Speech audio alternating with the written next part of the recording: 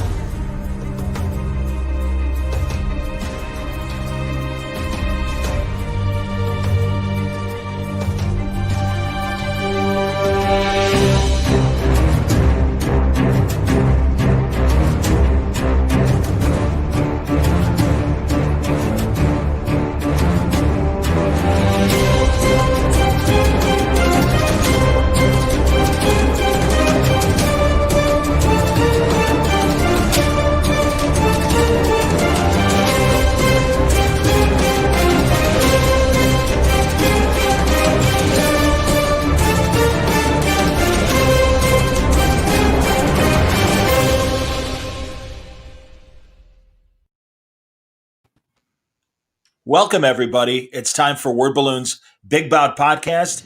John Siuntres here, hosting a great collection of boxing writers, the men behind Ringside Seat, a fantastic magazine and annual that is worthy of your attention if you're a fight fan. They do an incredible job covering modern day, but also great stuff about classic fights, and really give you a full boat of not only what's happening in the sport and the sport's history, but books about the sport, films about the sport.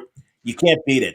So we've got Bill Dettloff, Mike Cronenberg, and Eddie Muller joining us today. Guys, good evening. Good to be here. Hi, John. Well, again, I've been such a fan of the magazine, and I think, Mike, I stumbled on it. I'm not really sure how I stumbled on it, honestly. Maybe through Noir City first. I'm not sure, but I was so glad to find it. And really, you guys do an amazing job. It's a beautiful magazine. I know you're the art director for it, and make it happen from a production standpoint. Bill, you're the editor in chief. Am I correct? That's true. Yep. And Eddie, you're like the godfather of the magazine. Right? He is. No, I'm the ringer in this group. I'm the imposter, actually, because No, he helped me start the magazine. Eddie is the one who helped me start the magazine. It was Eddie and Nigel Collins kind of helped me get the ball rolling and get everything starting, and gave me the opportunity to meet Bill, and Bill was great because he took over as the editor in chief of the magazine. So, and here we are. Yep. which quite honestly, I have to say that was the key thing.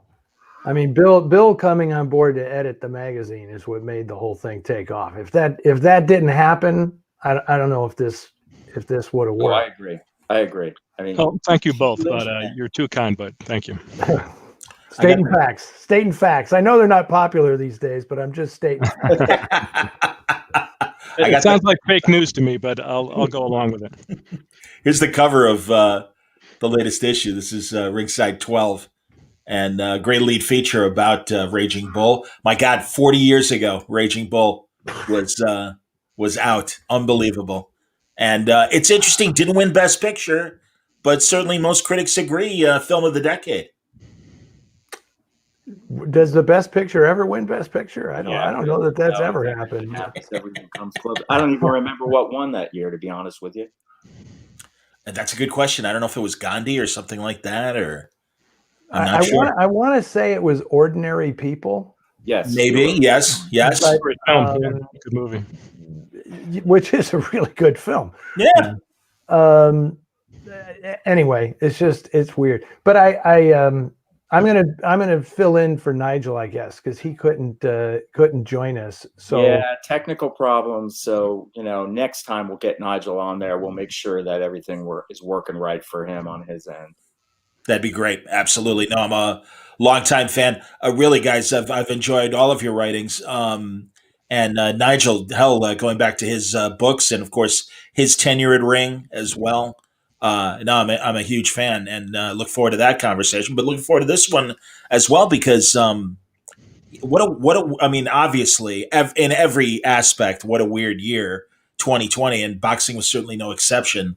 Being a sport that thrived when a lot of others struggled, and we had some really great fights in the bubbles that were constructed in this very weird time. But yeah, and I think we're looking at a very interesting 2021 if stars align and we're able to make some of these matches. That seems to be the case every year. Yeah, And my God, I have my doubts whether any of this stuff is some of this stuff is going to happen. I mean, I don't know. Bill, what do you think about the whole thing with Joshua and Wilder? Is that even, Yeah. Well, at my point, it's like my point of view is, if it happens, it happens. But yeah, Joshua Wilder, a third fight is kind of not being looked at right now. The bigger fight being talked about is Joshua and Tyson Fury. But you guys know by now, after following boxing so long, that you have to go into the business with low expectations. Fun, you follow the sport, right? You just because there's so much politics, I should say, and it's such a weird activity and so unregulated, while at the same time being overregulated, that you have to just lower your expectations and look at it merely as a physical contest that between fighters, number one. And if you're going with low expectations and figure every fight is going to be humdrum, then every once in a while you just hang in there for long enough. Every once in a while, something spectacular will happen that will justify your continued loyalty and patronage of the sport. It's just the way it is. And I don't know if other sports are like that because I'm not really a fan of other sports. No other sport is like that. I can tell you. As a fan of many other sports, no other sport is like this. Are most baseball games boring, but you keep watching because every once in a while there's a great one? I don't know. Is that the way it works? No, but I will say this. I think that the reason for that is because the risk factor is so much greater in boxing than any other sport. That's it. It's like, you build a guy up and nobody wants to have him lose on his his campaign to the top and all this. And it's just single people, it's like, there you are the combatant, you play baseball, you got a bunch of teammates around you. It's the money and the politics. I mean, it's the promoters. It's the fact that these, the fight that everybody wants is Spence and Crawford. Right. And it might never happen. right. And it might happen. And it might happen at a point where those two guys are washed, I mean, like what happened with Pacquiao and Mayweather. And Mayweather, yeah. And the sad part about all that, of course, is that the fighters would make the fight. They would do it. Right. Of course. But they can't, Yeah, that's true. I think, and I hate to sound like this guy, but I can't help it because I'm this guy, I suppose, by this point, is these big fights were much more readily made in prior eras when there wasn't so much money on the table out there, right? Terrence Crawford and Errol Spence are going to have money for a long time until they blow it, almost inevitably until they blow it, regardless of whether they fight one another, because the guys at the very top of the sport are making more money than guys in the sport ever have, right? And Floyd Mayweather, since we brought him up, kind of laid the blueprint on how to do that. And so guys are taking that course now. But again, people were saying that the top guys aren't fighting each other like they used to. They were saying that in 1980 too, in 1970, in 1960, all the way going back. So that's just that's human nature, I think, and nostalgia and all that stuff. And boxing is wet with nostalgia, all that stuff. But it sure seems like it to me, like Sugar Ray Leonard and Tommy Hearns fought when they were in their early 20s, right?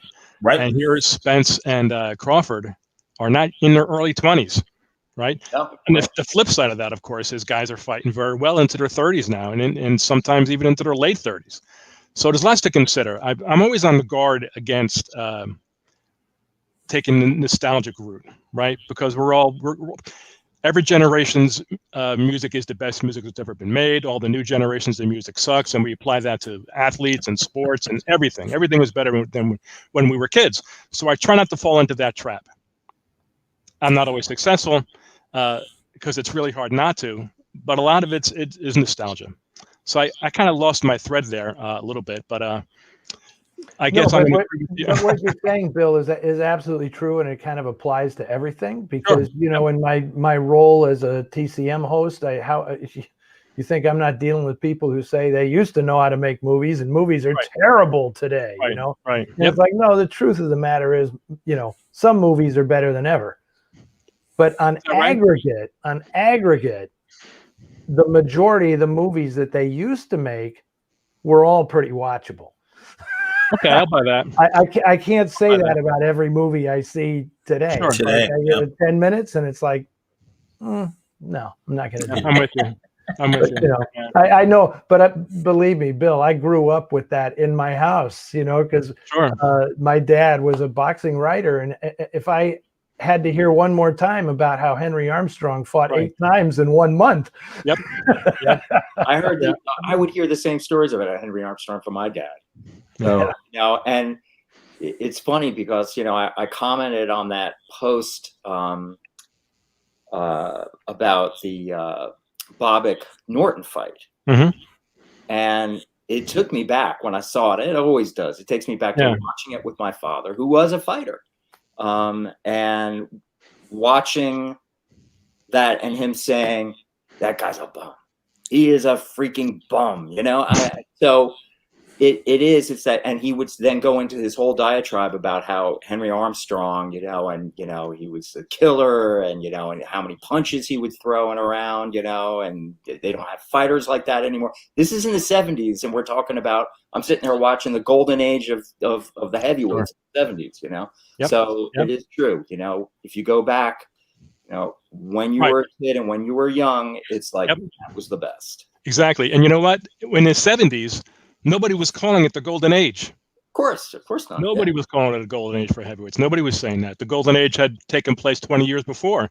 Sure. And 20 years before, nobody was calling that a golden age. So this is the way in the 30s, absolutely. And as you said, Bill, you can say it about any, or Eddie, you said it, say it about anything, because even comic books, with the golden age of comic books, you know, that was throwaway entertainment.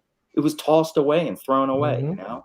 Those guys didn't know they were doing anything. When they were creating Superman or creating Batman, they didn't know they were creating this mythological characters that would last, you know, 80 years and become like gigantic, titanic box office movies, you know? They had no idea. They were working professionals, you know? They didn't care. And the kids who read it didn't care. They would roll it up and put it in their back pocket, you know?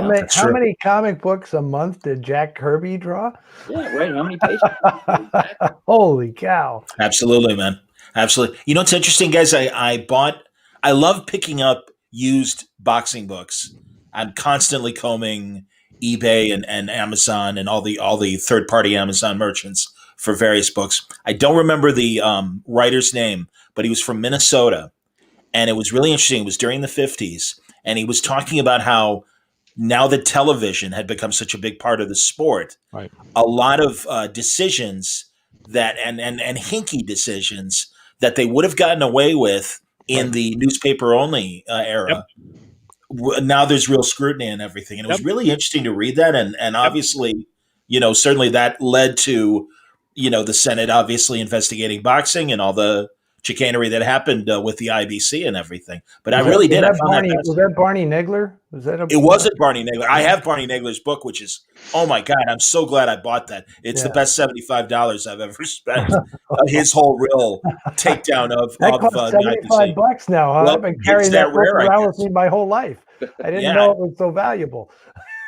This was a Minnesota guy, and I know I want to say he might have even been with the NBA, the former identity of the WBA before it became the World Boxing Association. The National Boxing Association? Pardon me, yes. Right. So, and this is one of those things. I'm sorry, Eddie, go ahead. No, I was just going to say that you mentioned TV. It's funny that when you open this whole thing, John, you mentioned how it's so weird. Boxing during the pandemic has actually fared kind of well. Another thing my dad used to say all the time was, you wait and see. One of these days, they'll just have fights in a TV studio with no audience at all. That day is coming, you know, and Here we are. Here we are. Yeah, I mean, that's wrestling. When I was a kid, they had wrestling, and there was no audience in there. It Sure. wasn't And roller derby the same way. You Absolutely. know, there really wasn't an audience there. when I was watching the first pandemic fights that were, in these that were filmed without an audience or a crowd, I thought of that Star Trek episode. I think I've told you this before, John. The Star Trek episode where they land on the planet, and the planet is mimicking everything that the Romans were doing, but they've got the modern technology, and they're showing these gladiator fights. And gladiator fights, there's no audience; it's just TV cameras in a studio, and there's an announcer there, and cheering. Hell, if ESPN and the Top Rank stuff didn't remind me of that when I was watching, it was like crazy. You're right about that, and even canned cheering as well. Yeah, sound effects, applause, and I couldn't think of that. What Top Rank was doing. They were putting in like canned, cheering. And so did the guys behind the Tyson Jones exhibition. I'll admit, guys, I bought it. I was curious. I don't regret buying it. Good. But yeah, I don't know. Mike said he didn't buy it. Eddie, Bill, did you guys? No, I didn't watch it. No, I didn't buy it, but it was available on YouTube a day or two later, and I watched it that way, or I watched some of it that way. I couldn't quite bear the whole thing. Just getting back to TV for a second here. Sure. You mentioned that about TV bringing greater scrutiny to decisions, and in that way, it resulted in fair decisions sometimes because the light was shined on the rats, so to speak, or the cockroaches. Since we're talking about boxing. It's one of those things that's good and bad, right? Because as we kind of got around to, in those days, everybody in boxing was saying TV was going to kill boxing because there was too much of it, number one. You could watch boxing almost every night of the week on separate channels. And so it was overexposed, and it was killing the live gate. Who was going to go sit if they didn't have to, go out and pay to watch the fight live, as great as that is, by the way. Anybody who's watching this podcast has never been to a live fight. You haven't experienced boxing yet. Amen. But the thought then was that boxing or TV was going to kill boxing. And there was some good to it that you just mentioned, John.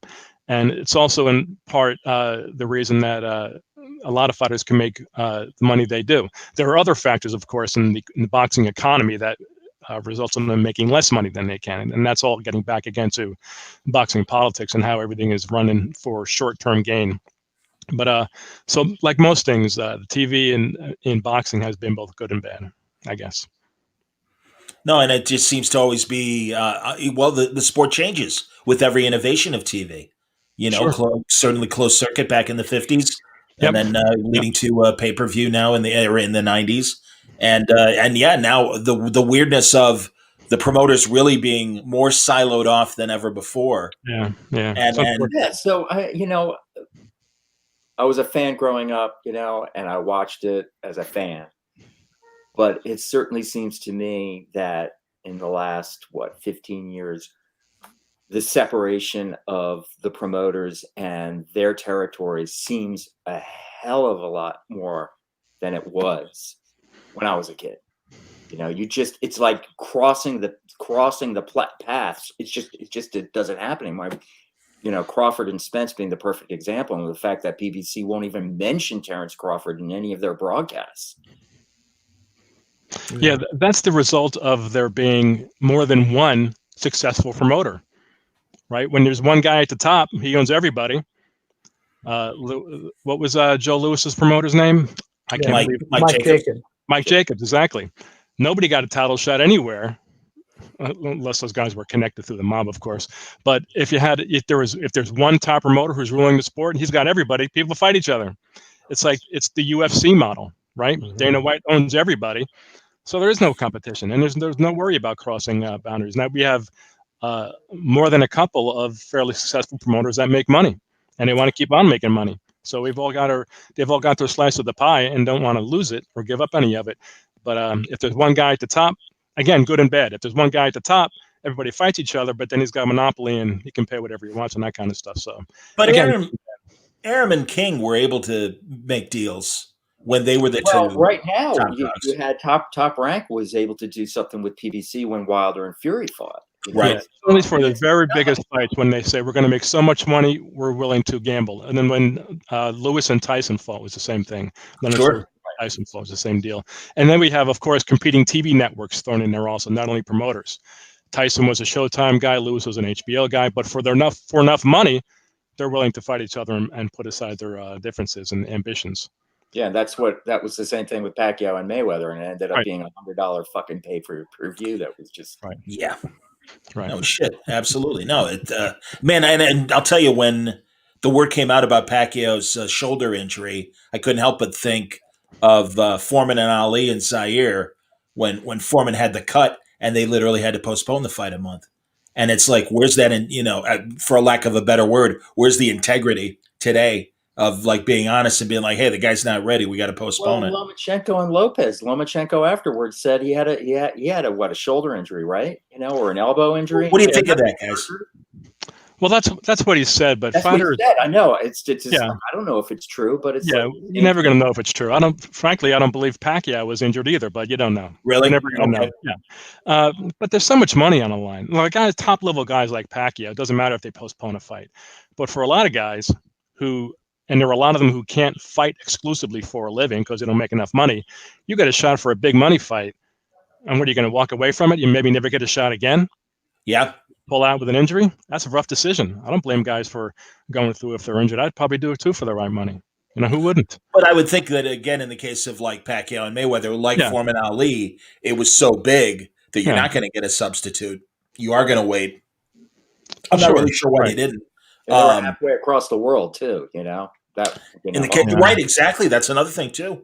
Good Lord, I know that drove Foreman nuts having to stay an extra month in Zaire. Right. Yeah. Hey, has anybody mentioned what the fighters themselves think about fighting without the crowd? I'd be really curious to know, like, what effect it actually has on them and on their performance, how much the crowd stokes them, or, because essentially now every fight is kind of taking place on neutral territory, right? So I'd just be interested. I can't imagine that it matters in like baseball that much, or maybe even in football. I don't know. Football, I've heard, as far as football goes, I've heard a lot of guys, particularly I've heard about the Steelers talking about in their playoff, and the fact that the crowd wasn't there, especially defensive guys saying they needed that energy, and emotion. I've heard that in football. I haven't heard it in boxing, but then again, the boxers, when they're interviewed after fights, it's usually nonsense. They don't, Exactly. There's nothing interesting that they have to say. Well, it's because they never get interesting questions either. Absolutely. Yes. We need to interview him. Ringside Seat, somebody from Ringside Seat needs to interview him and talk to him. I have to tell you, that was the other thing that I grew up hearing was when they started doing TV fights, the first time they let an announcer in the ring to do a post-fight interview, my father went berserk. Really? He went absolutely berserk. And he couldn't believe how disrespectful it was to shove a microphone in a fighter's face immediately after the fight and say, how did you feel in there? It's like, that's interesting.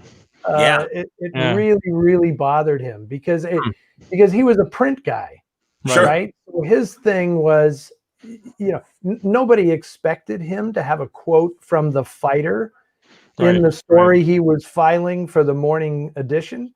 It was like unheard of. You're not going to get a quote from the guy. He might talk to his manager. He might, whatever. But you're not going to get a quote from the fighter before you had to file the story. But then that's another impact that television had. Was now the cameras are in the ring, the announcers are in the ring, all this stuff's flying, and then the fighters had to work on their post-fight routine. Right. Absolutely. I've prepared my losing statement. I've prepared my winning statement. Bert Sugar told me that Bernard Hopkins actually went and got coaching from media savvy people to do better post-fight interviews and pre-fight interviews. And I remember that distinctly in the 90s, having that conversation with Bert. And it's funny, Eddie, you say that about the post-fight interviews.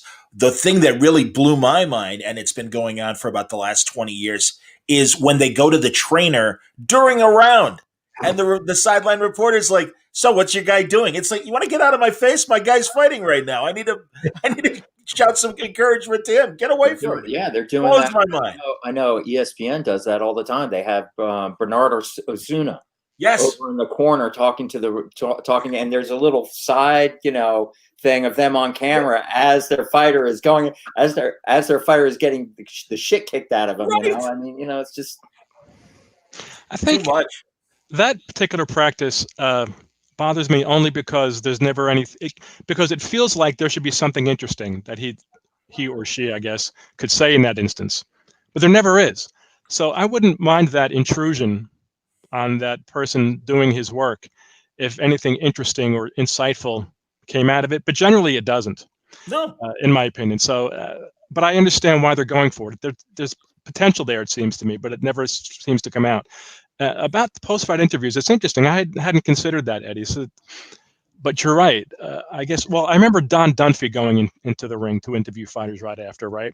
Oh yeah. And that's about as far back as I can go. So it's even earlier than that your father was talking about when he first saw it. And I think back to those post-fight interviews from the 40s with Lewis and Ezra Charles and those guys, and it always seemed the interviews seemed to take place in a very crowded locker room. Certainly not. You're right. Certainly not in the ring. Right? Yeah. But it was always stuff like, "Well, how do you feel, champ? And what do you think now, champ? And what are you going to do now, champ?" And that kind of stuff. Nothing really, again, insightful. But at least it didn't take place in the ring. And on that subject, I think it only bugs me because I grew up with it and I'm used to seeing in the ring post-fight interviews, is it bothers me when a guy is just being concussed, right? A guy just got counted out or a fight got stopped, meaning he's got a concussion. And there's a guy asking questions, and we expect him to be lucid and to say the right things and to be gentlemanly. And sometimes it backfires. Juan Manuel Marquez some years ago got flattened, and he said after the fight, the referee's got a gambling problem, and he said all kinds of inflammatory stuff. And it was kind of fun, right? Because it might have been true, and we never hear athletes say anything that's true, right? Because everybody wants to get paid. So maybe it takes a good concussion for a guy to be entertaining or truthful after a fight. But generally, I'm opposed to a guy having just been concussed and then making an ass out of him. Yeah, well, and I remember when I was a kid, I don't remember in the 70s and in the 80s, I don't remember them talking necessarily to the losing fighter. I remember them always going in and talking to the winning fighter. Now, whether that was just the fights that I watched or the fact that the losing fighter got out of the ring, but you're right, Bill. Nowadays, you see them talking to both fighters. Yeah. Losing fighter, even if the fighter got knocked out. I remember Marlon Starling being knocked out by Simon Brown, and him not even remember that he was knocked out or knocked down. And Larry Merchant just being like, "Okay, thanks, Marlon." And it's like, well, we all just saw it. I mean, the guy's obviously out on his feet still, I hate to be that guy, John, so I apologize in advance, but it was Tomas Molinares who knocked out. Thank you, buddy. No, please correct me. And by the way, we got a correction on Best Picture in 1980, Kramer versus Kramer. Kramer versus Kramer. Too. Yeah. So very funny. No, guys. That's wrong. He's wrong. Oh no, I looked it up. I verified it on Google. One in 79. That was the year Apocalypse Now was nominated. In 1980, Eddie is right. In 1980. Ordinary People was the winner, and Raging Bull was nominated. That was 1980. Kramer versus Kramer went in 1979. Anybody can look it up on. I just remember that for a fact because I remember as a kid watching the Academy Awards, and I wanted Apocalypse Now to win the Academy Award, and it lost to Kramer versus Kramer. Well, it was, I guess, the awards of 1980. So you're right about that, and Ordinary People was. Because you're right, Kramer versus Kramer was the ceremony in 81 for the movies in 80. Right, you're right. Awesome. So, but that's awesome, Tomas Molinares. That's fantastic, man. No, I just wanted one other thing to add to what Bill was saying, that I also think that a big part of the insult about the post-fight thing is just the invasion of the ring. My dad had a real thing about, that's like a sacred space. You only get to go up on the canvas if you are with the show. if you really have something to do with this, right? That's cool. And then, in the 60s, it became a thing, like, how do I get in the ring too? And Right. then, and then the entourage came in the ring, and then the camera crews were in the ring, and then, the girls are in the ring with the, the card girls and all. And it's just like a circus, which TV loved because it looked more exciting, like more stuff was going on. And my dad, who I don't think in my dad's entire career as a boxing writer, I don't know that he ever set foot in the ring at a fight. Wow. Ever. He said, I'm at ringside. My job is here at ringside. Wow. He had his spot and his typewriter, and everybody, catered to him and all that. But he never thought, like, I got to climb up in the ring and do an interview with this guy right now in front of the audience. It Wow. never would even occur to him. I wish I had been alive and a boxing fan when the sport garnered that kind of reverence. Right? That must have been great. Now, those guys probably didn't realize it at the time, how great it was. And also, I got to say, when it deserved that kind of reverence, because it doesn't always feel like it does, right? But that's really cool. Was your dad? Go ahead. I'm sorry. Sorry, Bill. Eddie, That's was your dad like interviewed on radio and television? Was he somebody that like they want to ask? When a big fight on radio a lot. He was interviewed on radio a lot back in the day. There's some pretty funny stories about that, because they used to do just a real quick one. They used to do a thing on KYA radio in San Francisco where they wouldn't have the broadcast live. They would like do reports, right? They would get like a wire service feed, and then they would do a report, and then they would try to make it exciting by adding sound effects and all this kind of stuff, the crowd noise and everything, while my dad was essentially reporting what was happening at some fight in another city. And one time, this was very early on, and there was a hot mic, and somebody said, let's bring the booze up. Meaning the sound effect of the booze from the crowd, and everybody listening thought these guys were like drinking on the air or something. And they got all these calls about these guys are drunk on the air. That's outstanding. I was a DJ in the 80s, and we had a UPI wire machine, and I remember following the Hagler-Hearns fight round by round with the great, blow by blow. And it's funny, the wire services still do it. But it really was thrilling, even just to read it as it was happening. So that's the closest I got to that kind of recreation experience. And it was amazing. I also love, I've only heard, actually, I take that back. I know a couple of them are on YouTube, but that radio series that eventually led to the filmed super fight with Ali and Marciano, the computer fight that they did, and followed that script. I know a couple of those fights, the radio versions, are on YouTube, and I've been curious to really sit down and listen to those make believe fights of Lewis fighting Dempsey and the like. I haven't heard those. Isn't that funny? We scoffed like hell at that stuff at the time, and now it's like, play your computer version. Right. I'll be Ali, you be Marciano, and you do it on the compuer now. Absolutely. Amazing. No, it's crazy, man. No, and again, you're right, man. Like Bill said, to be alive during those times. I mean, I was a little kid, but remember very well the first Ali Frazier fight, when literally the world did stop to pay attention to that fight. Yep. And it was on a Monday night. I used to love when championship fights would be on Monday nights. I thought that was amazing too. And the famous break-in of the FBI headquarters that revealed all of the stuff that was going on, that the FBI was doing against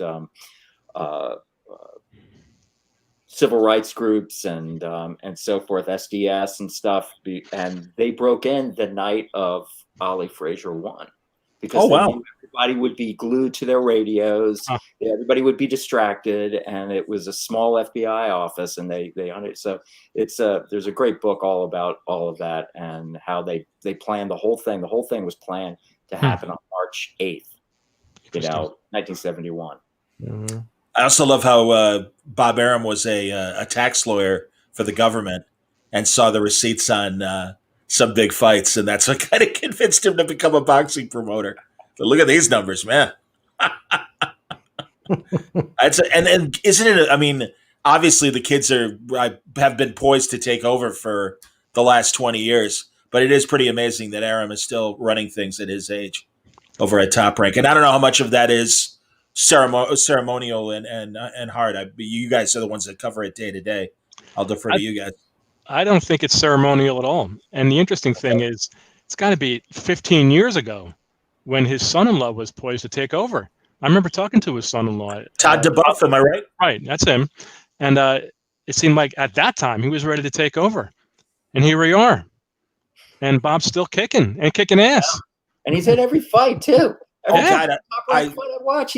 He's right there in the front row. You know, and I look forward to every interview he does. Absolutely, man. No, I will say too.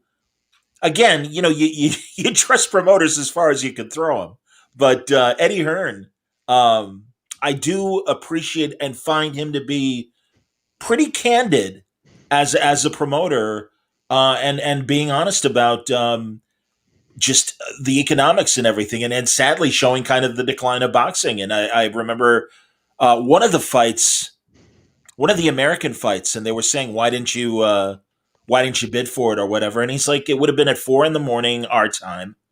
He goes, and just the money wasn't there. The money wasn't right to make the deal. And I think Sky got the fight instead of DAZN or whatever deal he has over it.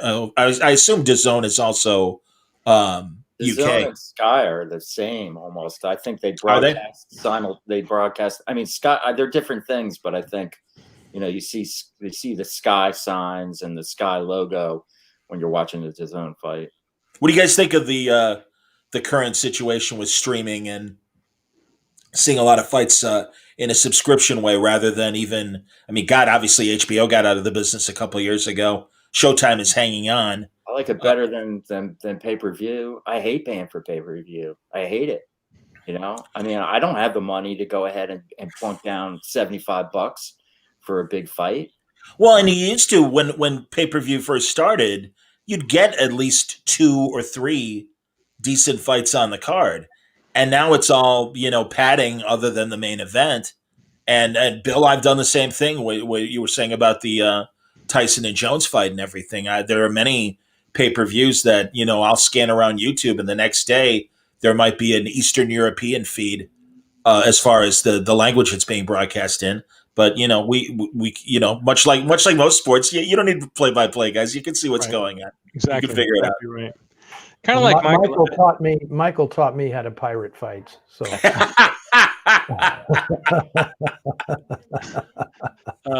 I don't mind the streaming if the alternative is to not see the fights. Right? TV is getting out of the boxing business, so and there's still a market for it. So all these streaming services popped up, and good. No, I'm with Bill. I subscribe to DAZN, and I actually also ESPN Plus. Me too.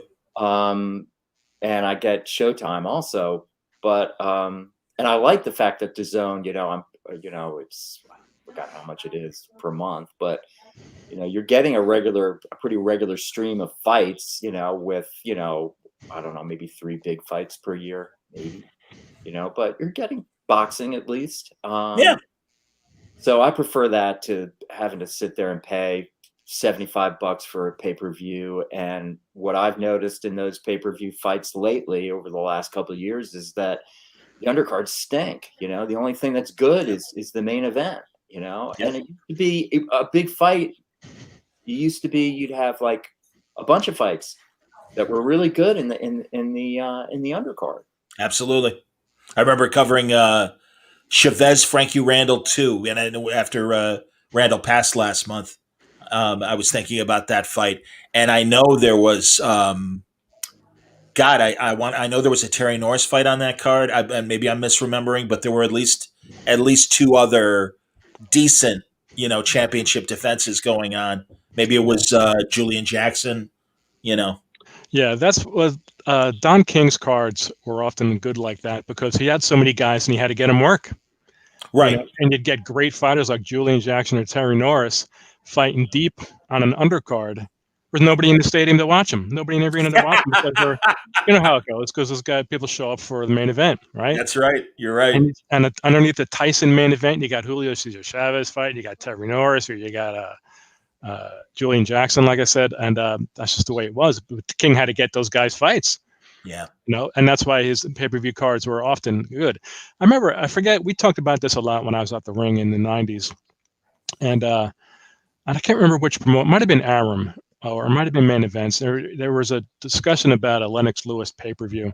And one of the promoters came out and said, you know, we did a survey and we found out, and it was an unscientific survey, and maybe survey isn't even the right word to use, but they did some research that told them outside of the hardcore boxing fans, which is a regrettably small group these days, people buy pay-per-views for the main event.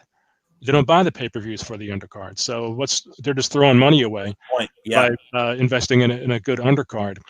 But interestingly, the UFC pay-per-view cards do great because they're stacked from top to bottom with competitive fights, not showcase fights. So I don't know if there's a difference in how boxing fans and UFC consumers do their thing, but I don't know. Well, and you'd think that they would use these undercards to groom future lead pay-per-view stars, and that you would do it the way that they used to do it 30 years ago. And it doesn't make sense to me, because I mean, it's so easy to neglect the lighter divisions. And in fact, I wanted to ask you guys which division you think is the hottest division that the general public doesn't pay attention to. Would it be the welterweights? I mean, I know the middleweights are certainly loaded with a lot of talent too. And the lightweights, absolutely. Yeah, the lightweight division is very hot right now. A lot of good young fighters who seem willing, right now at least, to fight one another. So we'll see how that works out. But they're all out there asking for retirement money to fight each other. So we'll see how that goes. But that's just the way it is, you know. And I don't know where the hell Al Heyman gets his deep pockets, because it seems to me he's been mortgaging his whole promotion for years now, and it's like, when does the bottom drop on that? Yeah, I don't know. His investors have very deep pockets, and there are all kinds of rumors about where that money comes from. I don't know, and I have mixed feelings about him and the way he pays his fighters in general, because in the eyes of many, he overpays his fighters, right? And this is why we get guys fighting once a year. I don't feel. My dogs are fighting. Tuco? Yeah. Right. My dogs are fighting. Nice. That's right. What I go through every day. Like They've been listening to this. two 5-year-olds. Put them on an undercard. Absolutely, man. So a lot of people think that he overpays their fighters, which is, of course, if you're gonna get $5 million for a fight, why would you fight more than once a year, right? But I kind of like that. It's a little wealth distribution. You know, fighters ain't rich. They're not born rich. They're not, or they wouldn't be fighters. So I kind of like that guys are who wouldn't have it otherwise are getting paid good money. It's not good for the sport, but it's good for them. You know, Fair enough. But I can't apply that to everything. You know, I could say something like multiple weight classes that aren't necessary and multiple championships that aren't necessary are good for the fighters in a respect, but not for the sport. So I wouldn't say that, because I'm so sick of all these multiple champions and weight divisions that are just superfluous. And more, and new ones being added. Yeah, it's just crazy. It's crazy. Your father would be aghast if he was offended over a reporter getting into a ring, Eddie. Imagine how he'd feel about 13 super flyweight WBA interim champions. Okay, Diamond champions, all that stuff. Yeah. No, I was there in a very impressionable age when they started, breaking everything up and having multiple belts and all that stuff. And no, you're absolutely right, Bill. My dad did not go for any of that nonsense. To him, there was always just eight champs, and that's it. You know. Yeah. Yeah. But I want to ask you a question, because I'm wondering, everything that we were just talking about in regards to the sport and streaming, all the same stuff applies to the movie business as well. Really? Is that right? And I'm curious if you could imagine a future in which streaming allows for a return to like the circuit, club fights and all this stuff. Like you could have a venue sell subscriptions to their fights streaming online. And then you could, I could go to the Horizon, or something and watch a fight and just see them regularly. But now, because I guess the money is so concentrated in one place, I don't know if you're going to see that. But I could easily imagine through the technology that you could actually be attending fights at different venues on a regular basis, streaming, as opposed to everything being funneled into one channel on cable TV or something. I don't know what it would do to the quality of the competition or the quality of the product, but it's just something that occurs to me, because this is sort of like what I'm dealing with now, as people are saying, will the movie business survive? Will you see movies, in a live venue, or is everything going to be streaming? And just what you were talking about, like, people are only going to go pay to see, it appears in the future, people are only going to go pay to see a big event movie that they want to see it on a huge screen or something, and otherwise I'll just stay home and watch, since I work for one of these big services, I'm not allowed to say the name of a competitive streaming service. It seems like things are going to be different in the near future. Yeah. And you know what? The next generation, it will be normal to them. So it's just like that with every generation, right? What seems so foreign and objectionable to us, because it's not the way it was when we were here. Yeah. It will just be normal to them. There are young boxing fans I interact with on Twitter who weren't alive when there were 1 or 2 champions per division, or when there were 8 divisions. So this is normal to them. So Eddie, to your point, it's not going to matter. We're going to be gone. We're going to be gone, and that's just the way it's going to be. And they're going to read the books. They're going to say, "Holy shit! People used to go out to see movies. What was that like?" And that's just the way it's going to be. And by the way, I thank you guys, and especially Bill, for the books that you write in terms of chronicling boxing history. I know later this year, your Matthew Saad Muhammad book is going to be coming out.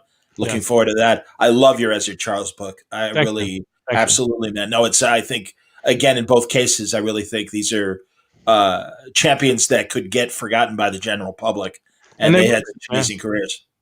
Yeah, and I was thinking recently along those lines. I'm glad you brought that up. I feel like this current generation of fighters, there will be no books written about them. Yeah. Because, well, not any good ones, I imagine, if any at all. And not because I won't be writing them, but because if you're writing about a historical figure, you're getting most of your stuff from old newspaper articles. And guess what? There ain't no newspaper articles about boxers anymore. Yeah. Right? Yeah. They're not there. You can't write a biography based on a magazine article in Ringside Seat about Shane Mosley, or about Devin Haney. It's 30 years if somebody wants to write a book about Devin Haney and he's dead. Guess what? It ain't getting written, because it's what are they going to use for research? There ain't no newspapers. Yeah. I was pleased to see that the occasional boxing film documentary is still pretty solid. Man, I'll tell you, I loved the one, and it really blew me away of how good it was. The one about Sergio Martinez, I thought was from a couple of years ago. I thought was really, really good. I believe it was on Amazon Prime. I think that's where I caught it. And man, they even went inside a WBC convention when the promoters are discussing the ratings, and it was during the whole time when Julio Cesar Chavez Jr.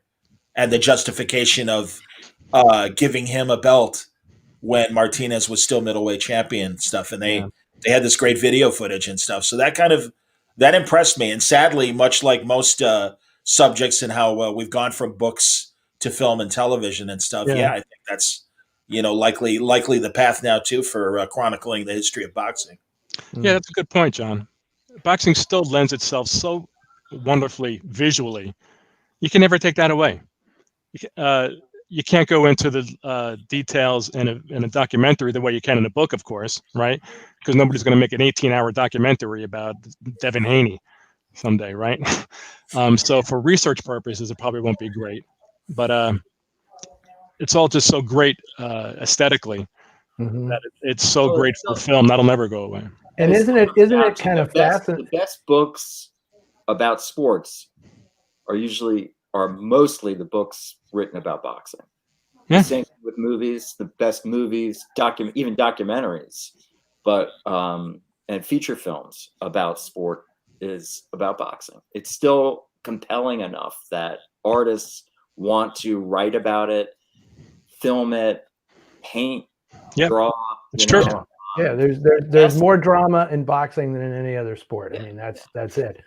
But isn't it interesting, Bill, that as you point out, I mean, boxing is a very marginalized sport now, and I'm always amazed that there continues to be so many movies that continue to get made about boxing, that it never goes out of fashion.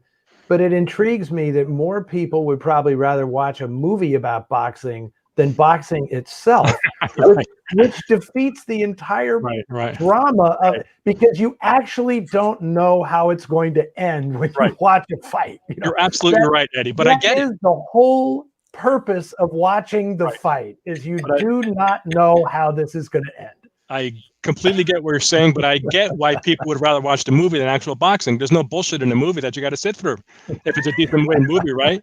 There's no WBO super lightweight interim belt champion, and you're going to have a good fight in it, and things are going to work out the way you want it. That's why people still like professional wrestling, right? It's going to cater to your emotions, right?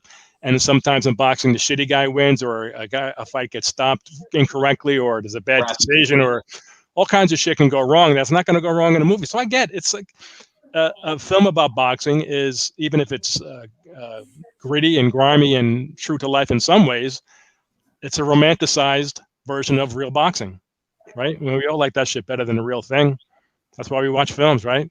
Well, but Bill, I'm going to say that right at the top of this show, you said if you haven't seen boxing live, you haven't seen boxing. I absolutely agree. Yeah, that's absolutely true. But convince somebody else of that. And you know what? If I could take a guy off the street who's not a boxing fan and take him to a live fight, I'll get him hooked in a second. Yeah, that's true. What's the best fight you guys saw live? I'll start. I'll say Michael Nunn losing to James Toney. Oh, that must have been great. Yeah, it was a fantastic. It's the best fight I ever covered. I'm going to say, this is be weird, but there was a fight in San Francisco at the Civic Auditorium. I can't even tell you who the boxers were, but the trainer, I'm not going to say his name. Because I'm sure his daughter is still alive. She wanted to sit at ringside for this fight, and she sat in my lap. Heard this story, and and essentially I got the world's greatest lap dance during this fight because she was so excited what was happening in the ring. Anyway, that was just that's great. And I didn't I didn't see the fight. I was supposed to go with guys to see the Bobby Chacon Bazooka Limon fight in Sacramento, but my dad died. And so there were a bunch of guys who came to his funeral who then went like in a caravan up to Sacramento. We were really good friends with the promoters, Don and Lorraine Chardon. And I remember saying to Lorraine, so who do you think is going to win this fight? And she says, I'm rooting for the rare double knockout. She hated them both. I think, John, I don't know if it's the best fight I've ever been to live, but the best atmosphere and the most exciting result was Bernard Hopkins beating Kelly Pavlik in Atlantic City. Okay. Everybody thought Bernard was washed up, right? And Pavlik was the big gun, the big young gun, and Bernard took him to school. Now, the interesting thing about that, of course, is even though it was in Atlantic City, which is, a stone's throw from Philadelphia, the whole crowd was there for Kelly Pavlik rather than Bernard Hopkins. Wow. But halfway through the fight, when the crowd saw who was getting his ass kicked, as crowds do, they flipped, and it was really exciting experiencing the crowd going crazy for Hopkins, the old man who dealt Pavlik a beating that night. That was really fun. So that was a memorable one for me. How about it, Mike? I have not been to any like major fights, but my dad used to take me to the fights at the Miami Convention Center, Wow. which is where Clay Liston took place. Absolutely. So he would just see club fighters. It was club fighters, and it was, I was young, but nothing, no memorable great fighters. Maybe there were, and I don't remember, guys who went on to become, excellent, good fighters. But that goes back to I'm sorry, Michael. That goes back to your point, Eddie, about live fights. It doesn't have to. It can be a Golden Gloves fight, a live fight, being a live fight, and hearing leather smack skin or even headgear, and hearing punches land, and watching the crowd's reaction to a real fight, to a live fight. I can't imagine anybody not getting hooked on boxing, experiencing that. Well, I can't say that because I took my daughters to a live fight in Philly a couple of years ago, and they couldn't have cared less. So I take back, I don't know how anybody couldn't, but I can't explain how it wasn't exciting to them. Being at a live fight, it's just, there's nothing, no experience like it. And I've been to live baseball games in younger days and live football games and of course live basketball, but it's nothing like being at a fight live and feeling that tension in the ring. And one of my favorite things to do at a fight is to look around during the course of the fight and watch crowd reaction, watch the people who are watching the fights. That is just so much fun because there's so much emotion. People get so engrossed in a fight, you think they're fighting. And you don't even have to have a loved one in the ring, right? It's just, if it's your guy and you're rooting for him, you're so engrossed in it. It's so much emotion. It's great. So we tried to capture that in Ringside Seat. I think it was issue 3. I think we went ahead and had Kite Monroe. Yep. Go ahead and film just, I don't know what fight it was. Do you remember what fight it was, Bill? No, I don't remember. Just shoot everybody in the crowd. In the crowd, and we got some great shots. Yeah. And in black and white. I asked him to film to shoot it all in black and white. Also. Right.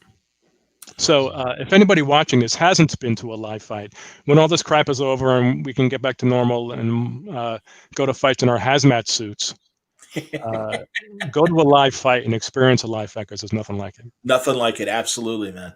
I agree. And got to cover my share of fights at the Garden and also fights in Vegas, Atlantic City as well. And there is something about that atmosphere as well.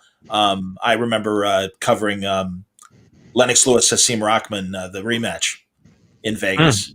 And that was a terrific night. And when you talk about people watching, Bill, absolutely. It was just loaded with celebrities and just loaded with amazing people. And that whole weekend from Wednesday through Sunday was just a fantastic 5 days of fun for me. And I hung out with my old buddy Bert Sugar and everything. And I worked with Bert a long time, and then writing for him for Boxing Illustrated, but then also being with him at fights when I was covering it for radio or TV. And always a great time, and just the funniest guy in the world. And everybody wanted to talk to him.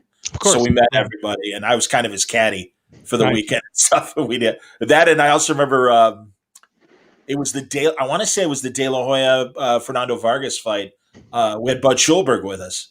Okay. And the great Bud Schulberg, the harder they fall, of course, and on the waterfront. And he was getting up in years, and Bert's like, Bud, maybe we got to get you like a chair or something, and we'll push you around. He's like, shut up, I don't need a chair, whatever. But it was a lot of walking. So about 10 minutes later, he's like, getting a chair might be a good idea. We're like, hey, no problem. He's like, well, who's going to push me around? I'm like, Bud, it would be my pleasure to be your guy and everything. So I did it. It was fantastic, and we just, the three of us had the best time. Nice. And it was great. And I guys, I'll say this too, for being print guys and everything. I love being on press row and just hanging with, just shooting the shit with the other reporters and stuff like that. Nothing like it is fun, but something else has changed in boxing. A lot of guys who aren't writers anymore in the press somehow get tickets to press row, and they act like fans in press row. That's bullshit, right? And the other thing is even worse is the post-fight press conferences now. Every fighter's got their family there, and everybody's got their cousins and there's girlfriends and everybody, and it's like, it's not for press anymore. It's a zoo. No, you're right. It's terrible. Yeah. But one more thing about live fights, if I could say, because I think this is poignant for me at least. My daughter's a senior in college now, and at all their parties, one of their favorite songs to play is Thunder by AC/DC. All right. Okay. they weren't even born yet when ACD wrote that song or started him out with that song. All right, but that's kind of beside the point. But we were talking about that recently. I told her that this fighter named Arturo Gatti would come out to that song because that was his nickname. And I'm getting chills not thinking about it. Being in Atlantic City Convention Hall at an Arturo Gatti fight, and the crowd was just electric, sold out, and Thunder starts playing, and Arturo Gatti comes out. Again, I'm getting chills right now. Unbelievable.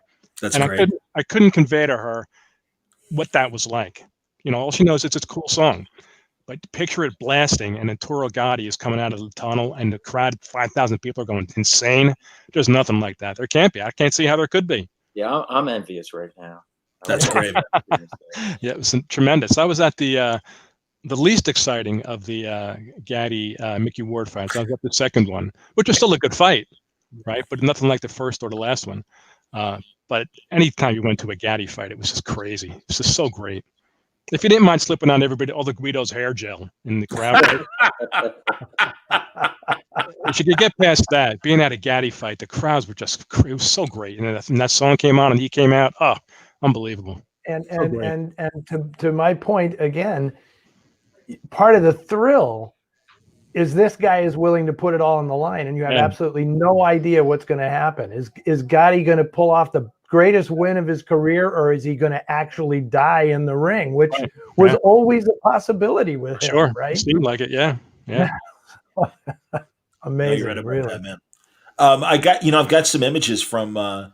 Is this from issue 12, or this is from issue 12? Stuff I sent you today was issue 12. Yeah. Yeah. So that's. There's a great article from Mike's brother Steve about Rocky Marciano. Graziano, pardon me. Yep, great piece. That's now in print. Indeed, right there. Yeah, so you can get it in print from Amazon, but all on our website. If you go to our website, RINGSIDESEATMag.com, everything's there. You can get digital subscriptions and links to ordering the magazines and our books, our annual books. And I've said this on John's show before, but Ringside Seat, the business model that I started with it is based on the Film Noir Foundation, what Eddie did with the Film Noir Foundation. So I'm indebted to him being the role model kind of for how Ringside Seat got started and the idea of getting Ringside Seat started. Well, that's nice of you to say, Michael, but I'm going to turn this right around on you, because it really wasn't until Michael came on board as the art director of the Noir City magazine that we developed that model. I mean, Michael was really essential to the whole idea of transforming the magazine from kind of a newsletter into a real magazine, and doing it electronically, and then and I will say Ringside Seat is ahead of the Film Noir Foundation model in the sense that we've never put out a print issue, right? And now you guys are doing the print on demand single issues, which we have never done. I mean, we put out an annual at the end of the year where we cherry pick the best stuff from the year. But we've never done on demand for single issues. And every single time I see an issue of Ringside Seat and hold it in my hands, I say, what the hell's wrong with me? Why are we not doing single issues like this? Understood. Well, here I'm going to show some more visuals. Look at this, Nigel's piece on Dick Tiger. That was a great article. Oh man, it sure is. And if I can jump in, since we're in the stage of the show where we praise one another, I'll say that as we said, Nigel couldn't be here, but if the stuff that Michael and Eddie said at the top about me bringing value as the editor to the magazine is true, and I'm not certain that it is, but if it's true, it's only because I worked under Nigel with him as my editor for 15 years at the Ring and the Associated Magazine. So if I have any worth there as an editor-in-chief, it's because I learned from Nigel.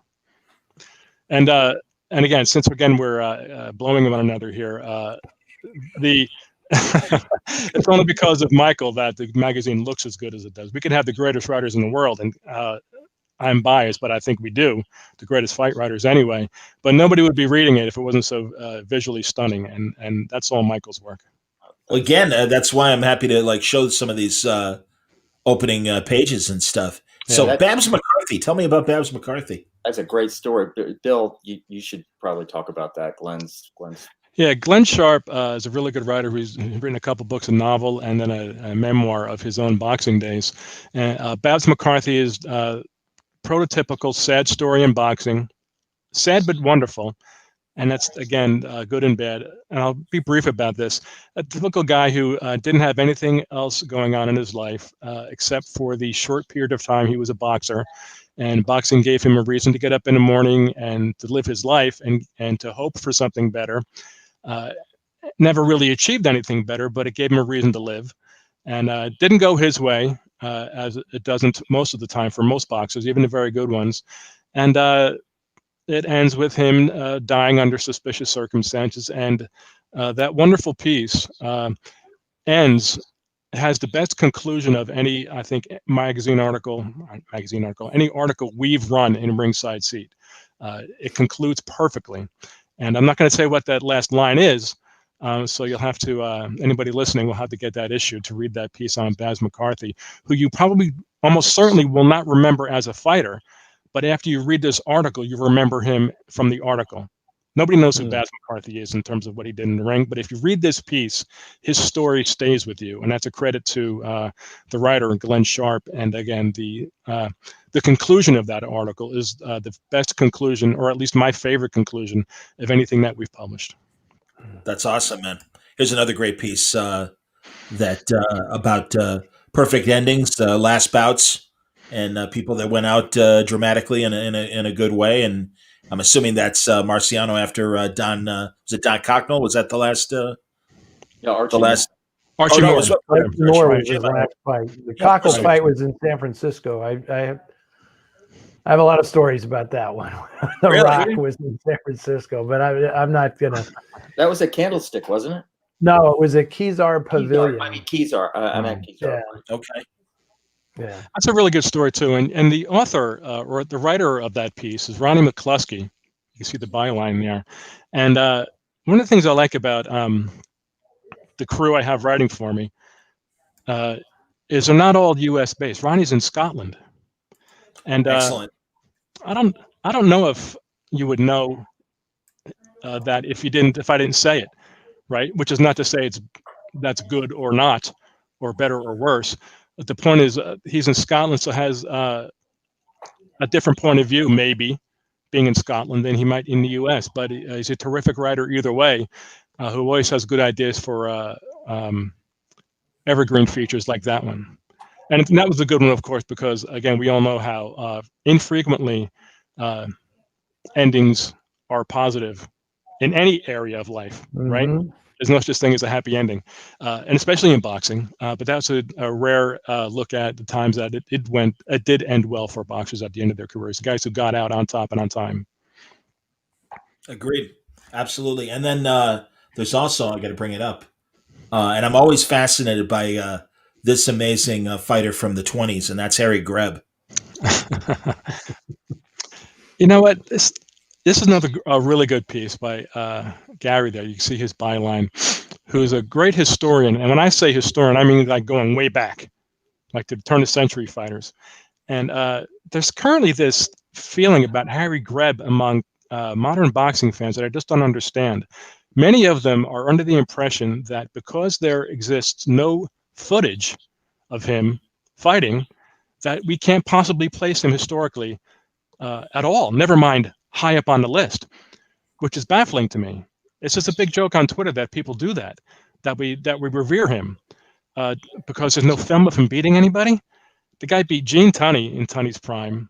The guy beat every guy out there. He fought 3 or 4 times a month, long title reigns. He was praised by everybody he ever fought. The press of the time absolutely adored him. Every guy was giving Jack Dempsey fits in their sparring sessions. He was a middleweight, and Dempsey was a heavyweight champion of the world, driving Dempsey crazy. Dempsey couldn't speak well enough of him, but there is a legion of young boxing fans out there who insist that because there is no footage of him actually fighting, we can't rate him historically high, which is nonsense to me. I agree with you. Yeah. It's just, it's absolutely ridiculous. And the fact that a lot of younger people apply this across a number of sports, right? Like, that they think modern baseball players are so much better, and forget about football, because when you watch footage of old football games, it's just laughable. The guys are wearing the leather, their leather heads and the whole thing. Boxing is boxing, right? I mean, it's two guys in a ring going at it. Yeah. The technology and the equipment and all this stuff, it hasn't changed, right? So the quality of the opposition has maybe changed. The willingness of guys to fight anybody. I mean, Harry Greb would fight anybody, anytime. Heavyweights. It didn't matter, when you look at, guys like Stanley Ketchel. Right. Sure. Are you serious? I mean, Walker. Stanley Ketchel would kick everybody's ass today. Oh yeah.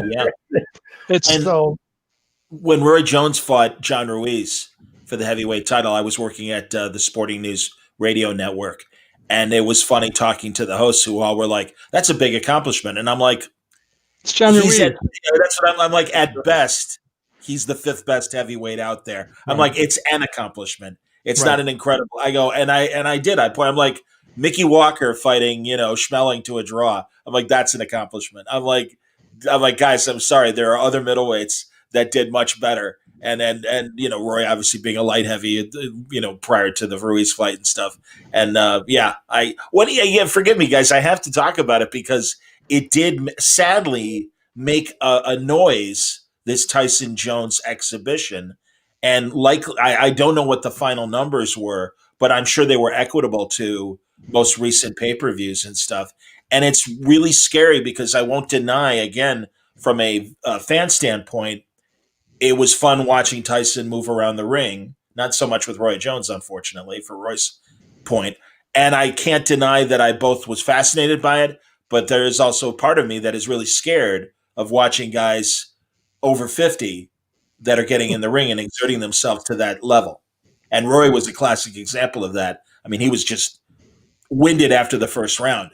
And I think really Tyson took pity on him, frankly. And well, if there is one sport that shouldn't have a senior circuit, it is boxing, which is so obvious too. I mean, it couldn't be any more obvious. So, I'm going to Bill, what do you think? I'm going to dissent here. Unfortunately, I think if these guys, they know the deal going in, right? They've been fighters all their lives, most of them since they were little kids, right?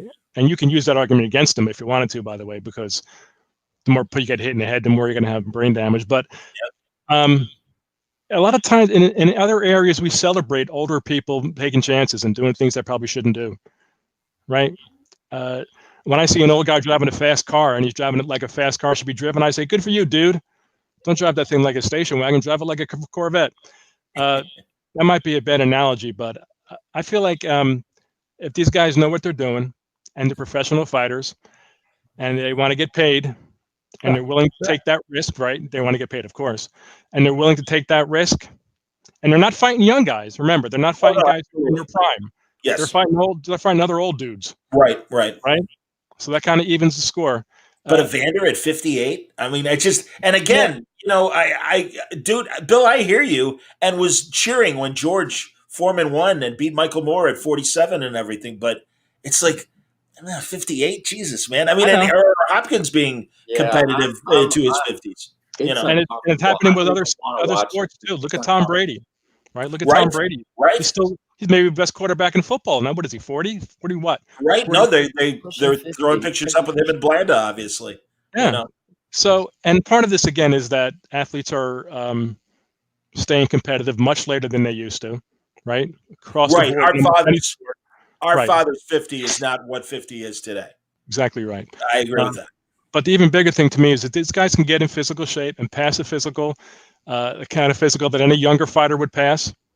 And they don't have any obvious brain damage yet. They almost surely will down the line because very few get out of this sport without it. And they want to do it, and they know what the deal is, and they're going to get paid, and people want to watch it. It doesn't mean I'm going to watch it necessarily. But I think that there's no law that should be enacted against it. And I'll tell you something else. if Tyson and Holyfield fight again, I will watch the shit out of that fight. I hear you. I absolutely hear you. Shit out of that. I'll watch Tyson Cannon Briggs for that matter. I don't know if I'd go that far, but I probably would. But I would have fun. And this is, I've said this a few times, and it always comes down to this for me. If you saw Mike Tyson and Evander Holyfield in a parking lot getting into a fender bender, and they get out of the car and ready to throw hands, would you stop and watch them, or would you get in your car and drive away, or would you try to stop them from fighting? I'd watch. I'd pull up a seat with some popcorn and say, "Okay, guys, go to it. I want to see what happens here." And to me, that's not that different. That's awesome. That's fantastic, man. Except there's always somebody selling tickets, right? That's the difference. Sure. Nobody is selling tickets to the fender bender. Well, that's true. Sure, and, I know. You know, but it's not like they're getting ripped off, right? Holyfield's already saying, "I want $20 million," right? And he'll get it. He'll be broke the next day because that's Evander Holyfield, but he'll get it if people are going to pay for it. Yeah. Eddie, was your dad? I'm sorry, Bill. Please finish. No. I completely get the objectionable nature of it. I understand guys who don't dig it, but I'm more. Let me put it this way: I couldn't wait when Foreman and Holmes announced they were going to fight. I couldn't wait for that fight. Everybody's making fun of it. I couldn't wait for it. Well, I was looking forward to that. I was looking forward to that too. Yeah. Now there again, they were in their 40s. You know what? Right. To be honest with you, to be completely honest, if the Tyson Jones fight had been free to watch, or it had been part of the DAZN subscription or my ESPN Plus subscription, I would have watched it. But I wasn't going to shell out $50 extra dollars to watch that. It's funny. I bought Tyson Jones. I have no interest in Logan Paul and I don't either. Really, Floyd. You know, right. And here's the other thing about Tyson, if I may, and this is unpopular as well. That dude can still fight a little bit. Well, that's, to be honest, that was I give him a lot of credit because he did. He moved well. He counterpunched well. For a 54-year-old man, I thought Absolutely. He dropped the weight. Roy looked more out of shape than Mike did. Right. And as Mike pointed out after the fight, Tyson's been off way longer than Jones has, right? I can't imagine that Jones would be, or that Tyson would be worth anything against a younger guy outside of the first 3 rounds. But for a 54-year-old guy to execute the moves he was doing in that ring, which a lot of prime young heavyweights don't do. Tyson was a very well-schooled fighter, and he still remembers his lessons. Guy can do a little bit yet. Well, and that's the problem, I think, with the modern era. There's so many of these fighters that have converted from other sports. In America, that they just don't have the muscle memory and instincts and reflex moves that guys that did it, ever since they were growing up. And I mean, my God, that's why Andy Ruiz was able to, do so well against Anthony Joshua, I think. I mean, he kind of showed it. Yeah, I agree. And that real as going around the horn, guys, outside of the top 3, Tyson Fury, Deontay Wilder, Anthony Joshua, is there a contender out there that could upset one of those 3? In my opinion, not right now. Not yet. There are a couple of younger guys who may make some noise. Joe Joyce out of the United Kingdom. Right. Yeah. That we Daniel Dubois, yeah, right.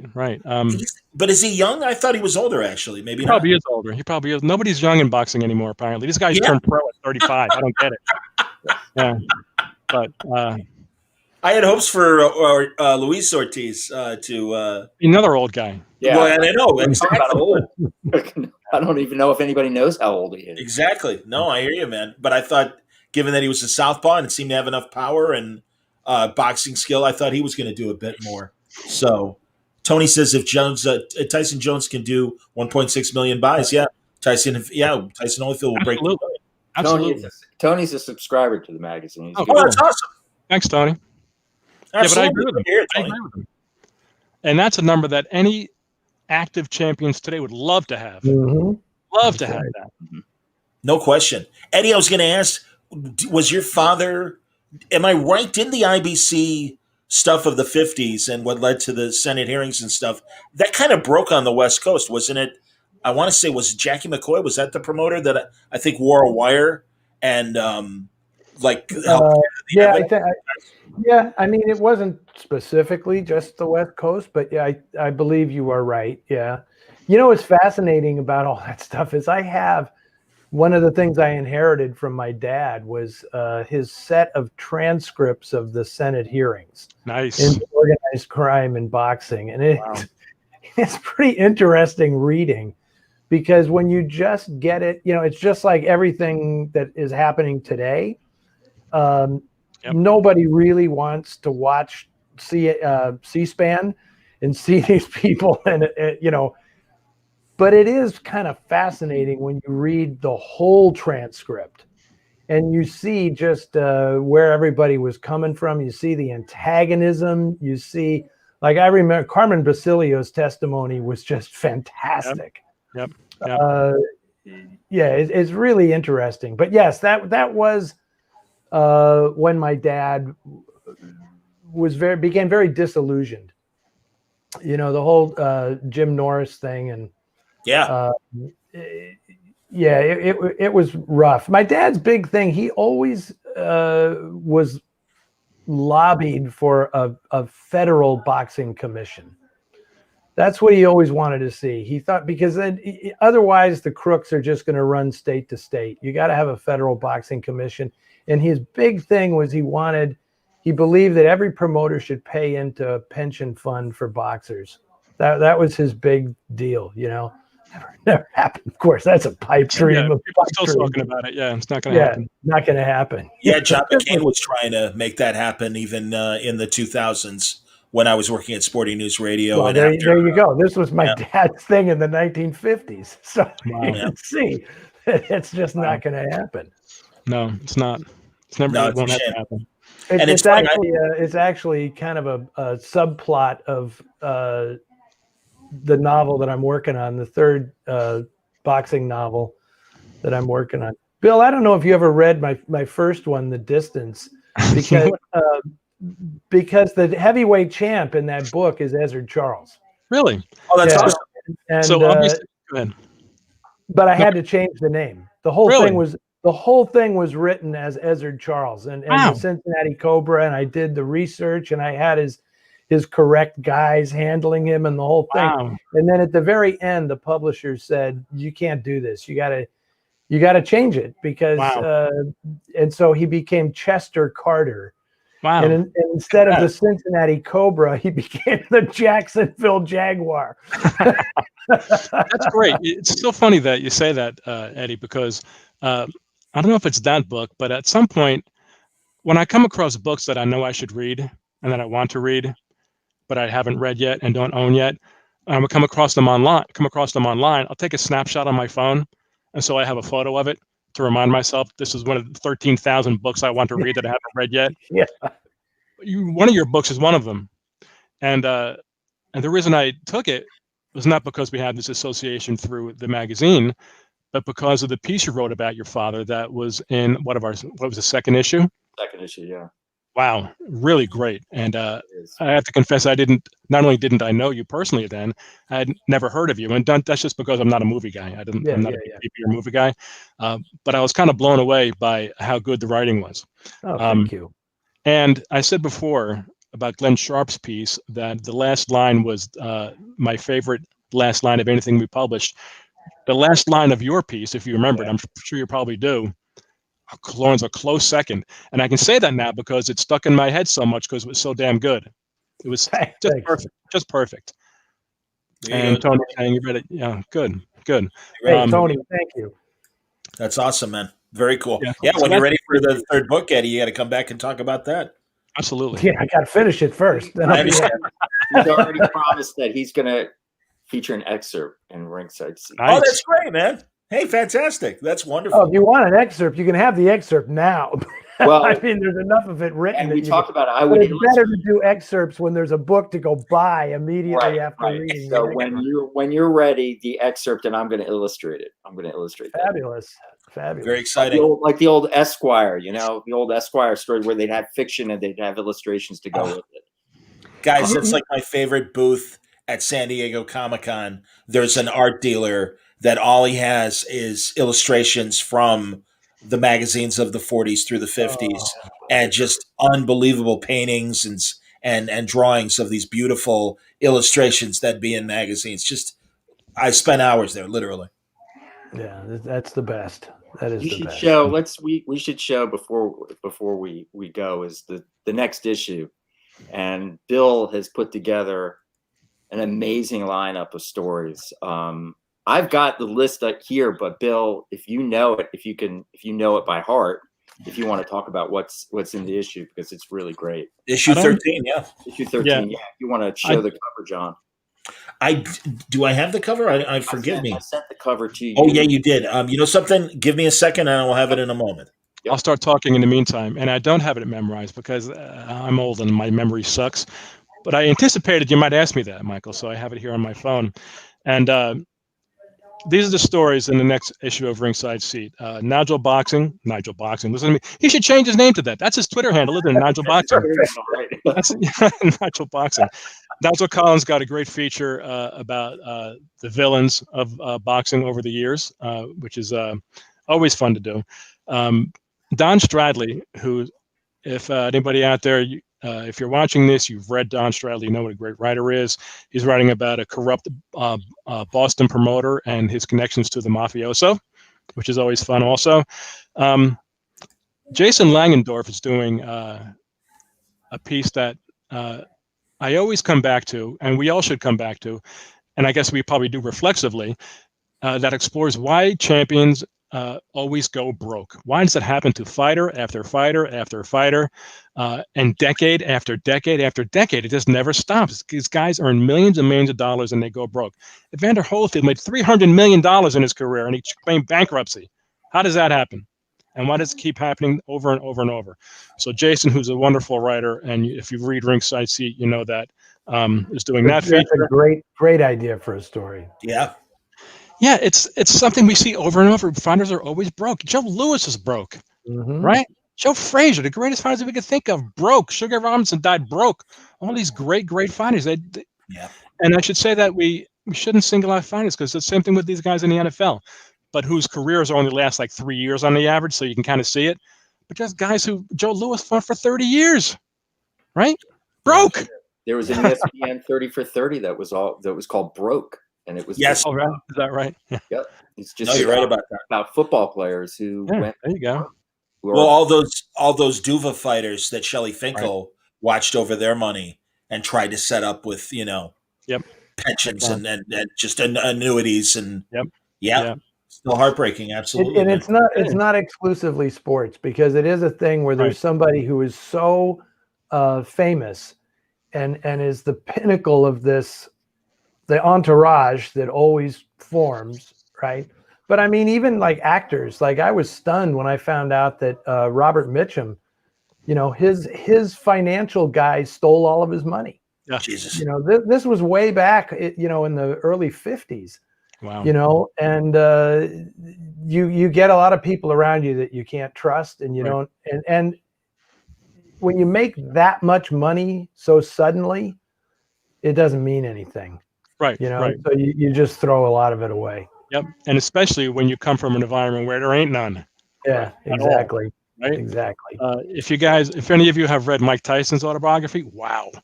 It's just a nightmare, a circus of waste and excess. And you say to yourself when you're reading it, Jesus Christ, why didn't he save any of this? He's buying all of his friends' cars and he's buying every car in the dealership. He's just out of his mind. I remember a Sports Illustrated article where the guy said he looked in the corner of one room and there was a garbage bag just filled with sports memorabilia, like jerseys and things like that, and signed shoes that Tyson had bought over the years, and it's just sitting there, and because you can. Yeah, right, exactly. Nicolas Cage was broke, wasn't he? I don't know if he still is, right? Wasn't Nick Cage broke? Right? Absolutely, he sold his comic book collection, and for years I would go to comic conventions, and there would be issues that had stickers from the Nicolas Cage collection and everything. Wow. No, absolutely. Yeah. I remember a quote from Muhammad Ali when a writer asked him why fighters go broke. And I'm paraphrasing, but he said something like, giant companies run by the smartest guys in the world go bankrupt. What makes you think some little black boy from the ghetto who's got nothing shouldn't go bankrupt too? Yeah. It's an argument. It's a good argument. But I'm working with Jason, and I know that he's going to do this when he writes the feature. that there's not just one reason. And there's not just one reason for everybody. There's a whole list of reasons that contribute to this. So that's, I think, a feature that would be popular. Bobby Cassidy, we talked about the mafia and that kind of stuff already. Bobby Cassidy, whose father, of course, famously was Robert Cassidy, a fighter and light heavyweight in the 70s, is doing a feature exploring, let me put it this way, he filed a Freedom of Information Act request from the FBI and got the files that the FBI was keeping on Muhammad Ali and Sonny Liston prior to their fights. Wow. Yeah, it's pretty cool. So he's writing a feature around that. Ed Groover, who's a good author with many sports books in his background, is filing a feature on Joe Lewis's Bum of the Month Club. It seems like there's a lot of nostalgia in our magazine, and that there's always a balancing act on my part to keep some of it modern. I don't always win, but there's just too much stuff. There's just too much great material in boxing, both nostalgic and modern. Bill, but I think that's what's great about it, and I think that's essential. It's what we do in the Film Noir Foundation magazine as well. It's like here we have, classic noir, contemporary noir. Okay. And I think it's essential for younger people to get a real strong sense of the sports history, so that they don't have to listen to people like us, right, lecture them all the time on how great it used to be. Right.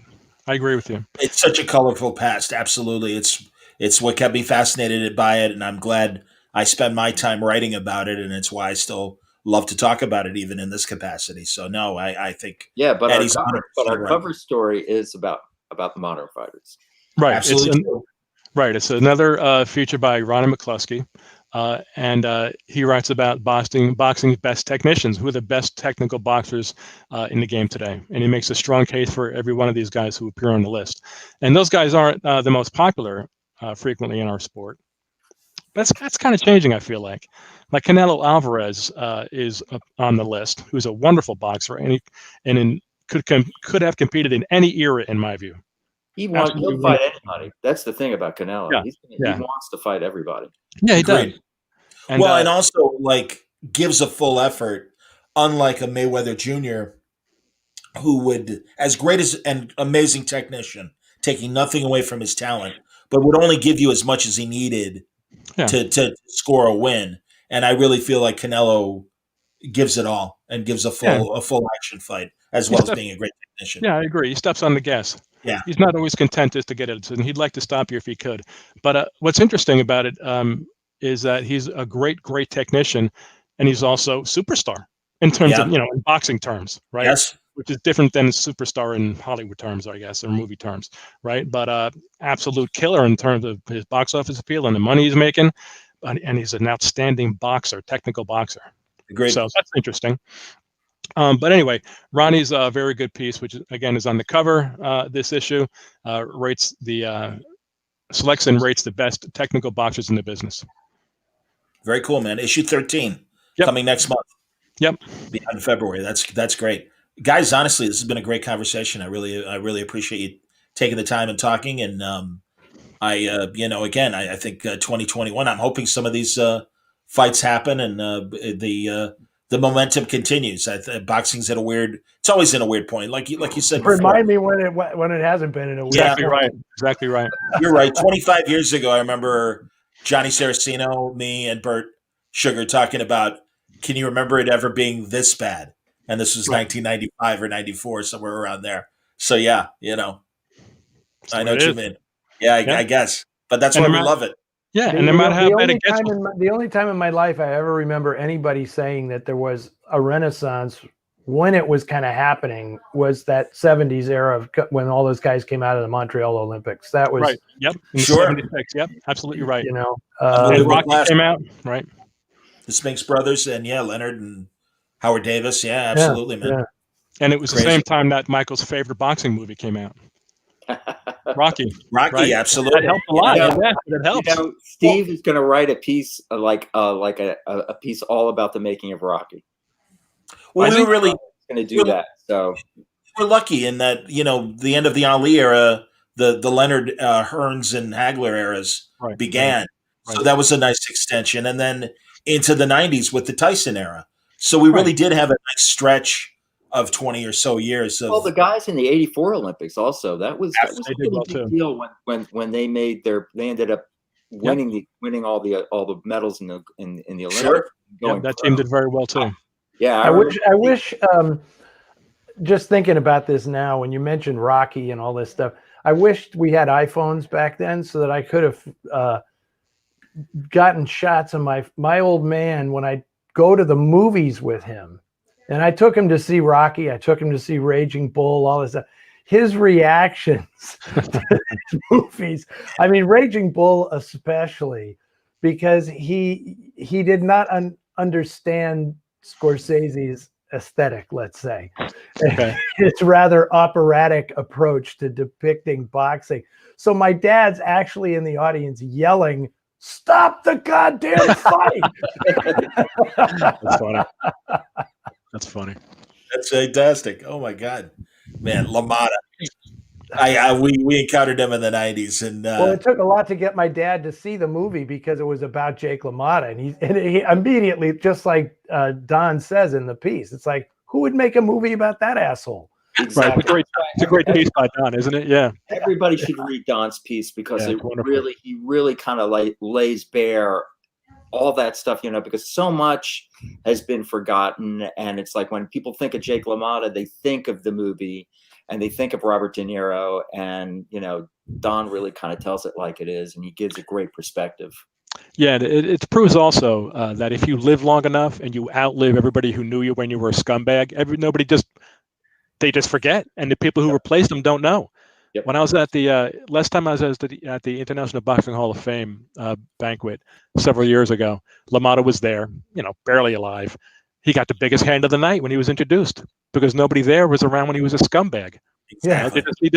They did clapping for this old guy who had a movie made about him and who was barely alive, but the guy was a real scumbag. But he had him long enough so that we had him on our local Chicago sports TV show in the 90s. And could not have been more unpleasant of a man. And we flew him out. Nice hotel. And nothing was good enough for him. And it was just ridiculous. And we're like, okay, there you go. Lesson learned. Next time invite Gene Fulmer, a much nicer guy. Yeah, I agree. Somebody's going to, in a movie magazine somewhere, someone will write the story about Martin Scorsese's career and why he switches between making movies about Jesus Christ and these missionaries and then the worst people on earth, right? I mean, it's like, that's it. The protagonists are one or the other, right? They're either making this huge sacrifice for some spiritual reason or they're just scumbags. Well, they're the most interesting ones anyway, the scumbags, right? Nobody cares about nice guys. The scumbags are interesting. Right. That's hilarious. You're not right, boys. That's very funny. So, well, as always, guys, seriously, great conversation. Truly appreciate it. Thanks for having us on, John. Are you kidding? No. Thank you for making such a wonderful magazine and providing some great entertainment when it comes to the sport of boxing. And as always, Eddie, what are you pointing at, Eddie? I'm trying to figure out how to point at Michael on my screen. There you go. There it is. It's him. It's that guy. Well, and I'm pointing towards Bill. There you go. Bill needs to get credit, and there we go. Get credit. You're the mastermind. This wouldn't have happened without the three of us and Nigel. Agreed. And looking forward to talking to Nigel in the future as well. And no, guys, seriously, it's you really helped revive my excitement about boxing again. I'm not kidding. And so continued success with the magazine. Happy to help out in any way that I can to promote the cause. So let's see here.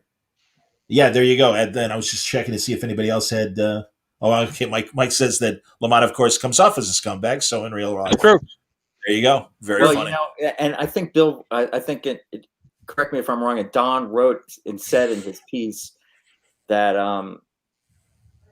he and that LaMotta and Vicky went and saw the movie, when it first came out, and she turned to him or he turned to her and said, "Was I really that bad?" And she turned to him and said, "No, you were worse." Yeah. Yep. Yikes.